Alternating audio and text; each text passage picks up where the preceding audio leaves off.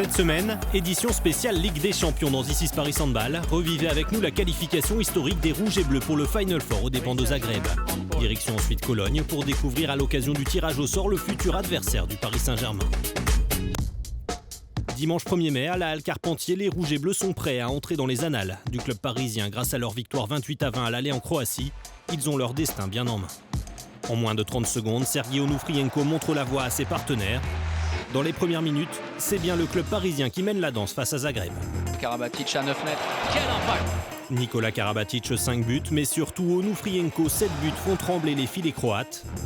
Luc Abalo et ses partenaires entretiennent un petit matelas de 2 à 3 buts d'avance et virent en tête à la pause, 16 à 13.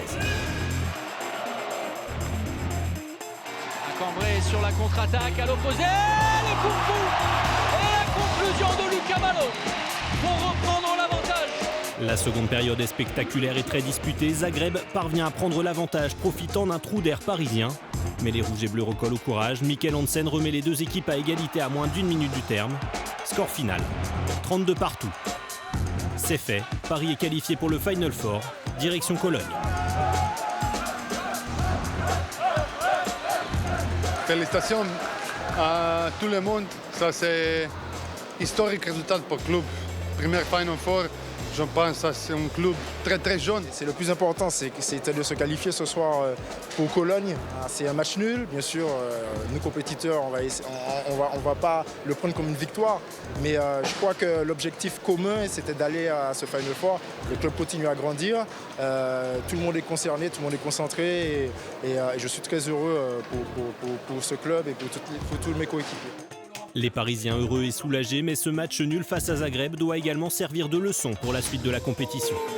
Il faut que ça nous serve pour la suite parce que ces temps faibles de 20 minutes, si on veut la gagner, cette Final Four, c'est pas possible. Donc on doit tous se remettre en question et le travailler parce que voilà, une grande équipe d'Europe ne peut pas se permettre d'avoir des temps faibles aussi importants.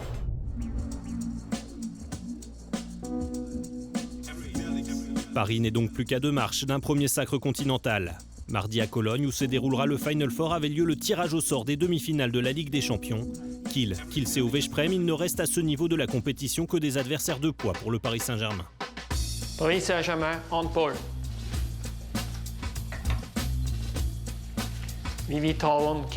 Ce sera donc Kielce, le club polonais 3e de la Ligue des Champions en 2013 et 2015.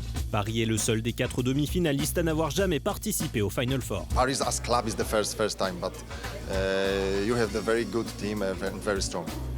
Effectivement et heureusement, Paris peut compter sur plusieurs joueurs qui ont déjà disputé le Final Four pour défendre ses chances. Sur Luc Abalo, Thierry, Aurélien, Nicolas, Mikkel, qui l'a déjà joué, notamment Daniel Narcisse évidemment. Le club compte aussi beaucoup sur eux pour apporter leur expérience de l'événement, pour pas qu'on soit spectateur de cet événement, mais de réels participants. Ça va être quelque chose de particulier, c'est le plus gros événement de handball qu'on puisse organiser. Donc il convient de ne pas le rater, encore une fois de ne pas être spectateur, mais d'être concentré sur nos objectifs.